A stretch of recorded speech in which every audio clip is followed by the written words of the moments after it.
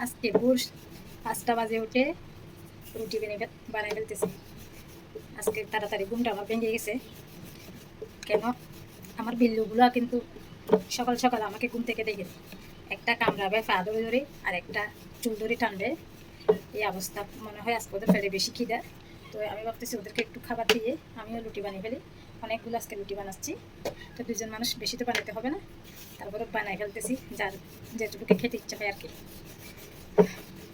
সবাই কিন্তু ঘুম, আর আমি ঘুম থেকে উঠে রুটি বানাচ্ছি। আর আমার সাথে সাথে দুইটা কিন্তু দাঁড়িয়ে আছে। একটা কোন কোন করতেছে এখানে। এই এই কালাবুড়ি, এই নিচে একটা কি করতেছে খাওয়ার জন্য।